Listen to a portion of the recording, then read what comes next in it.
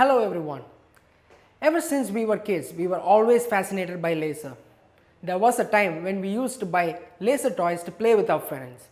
But look where we are now. Nowadays, laser are used in various applications that we can ever imagine. So have you seen a laser engraving? Laser engraving is one of the many laser-based processes, but it is undoubtedly one of the most impressive and interesting. Laser engraving is a process of leaving a clear and readable engraving on a material. This is done by removing a section of material using a very high powerful laser beam, leaving an engraved mark in its place. In a laser engraving robot, the robot makes use of coordinates to track the outline of the image or the text that we are trying to engrave.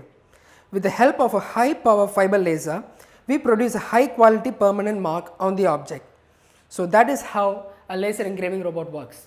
So stay tuned for more videos and shake hands for better future.